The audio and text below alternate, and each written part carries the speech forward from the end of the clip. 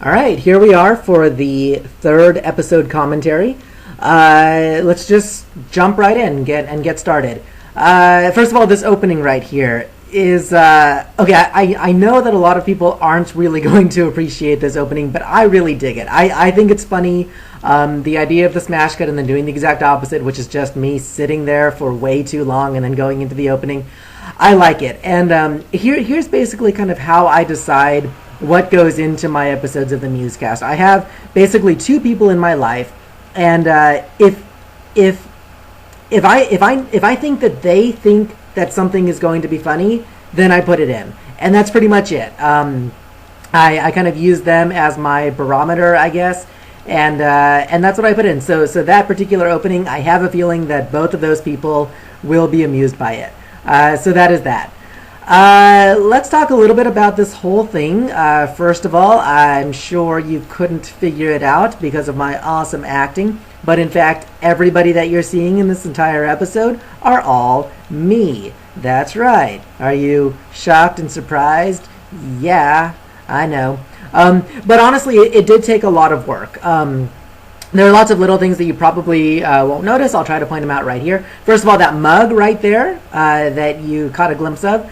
Let's talk about the other mug first. The mug that the other version of myself gets. Right there. There it is. That is a vampire on the mug. I actually painted that myself years ago, and we decided to put it in. That mug, though, for the good version of me, is little kitty cats. Little kitty cats playing on a field.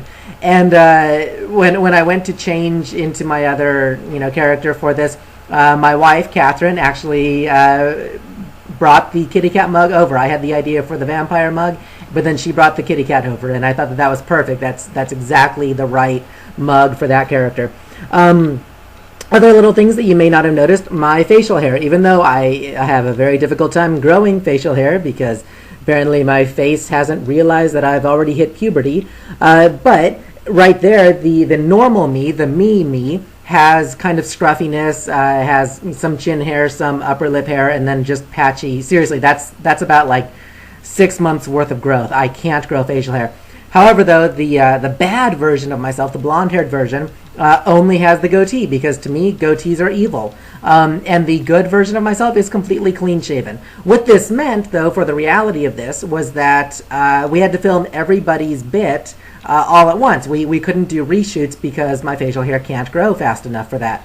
So that was a little difficult because I had to commit myself to whatever I had already done before moving on to the next thing. And then if another idea came up later, then I didn't allow myself the luxury of being able to reshoot it.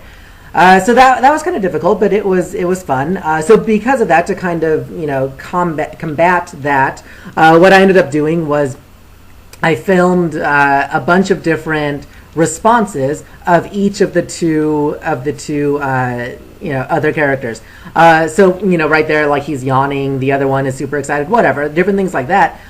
Those aren't the only responses where I left room for response. He might have yawned at one point. He might have, insulted the pitch at another point. He might have, this guy squeals or whinnies or does whatever there.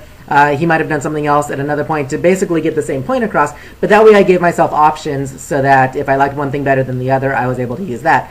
Obviously here we're coming to the end. I'm about to smash cut, and I really like that, even though it didn't quite work out. I should have put in like a sound effect or something like whoop or something like that for the smash cut. Anyway, I hope you